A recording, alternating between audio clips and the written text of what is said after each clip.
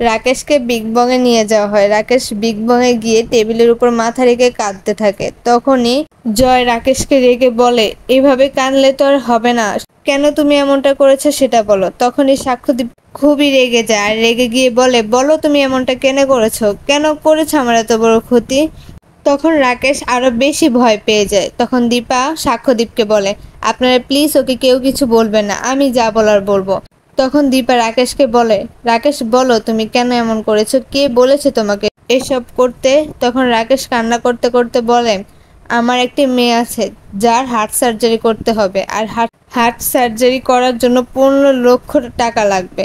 কিন্তু আমি এই কথা সাক্ষ্যদীপ বাবুকে বলতে পারি নাই, কারণ তিনিই তো অনেকগুলো লোন নিয়ে ফেলেছেন আর এর মধ্যে তিনি খুবই বড় ঝামেলার মধ্যে আছে, তাই আমি তাকে কিছু বলার মতো সুযোগই পাইনি।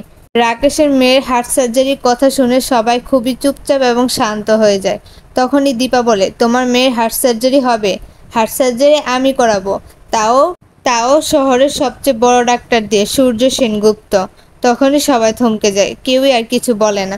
তখন রাকেশ খুবই খুশি হয় যে তার মেয়ের হার্ট সার্জারি হবে, কিন্তু তোমাকে বলতে হবে যে এইসব তোমাকে দিয়ে কে করিয়েছে। তখন রাকেশ বলে, একটি মহিলা করিয়েছে। তখন দীপা বলে, মহিলা, সে আবার টিস্কা না তো।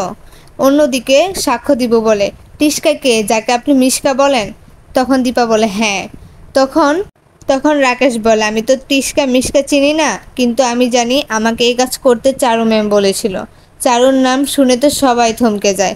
তখনই সাক্ষ্যদীপ বলে, চারু, চারু এটা কিভাবে করতে পারলো, আমার গায়ে হাত তুলেছে, আমি তো চারুকে কিছুতেই ছাড়বো না। তখন সাক্ষ্যদীপ বলে, হ্যাঁ আমিও চারুকে ছাড়বো না।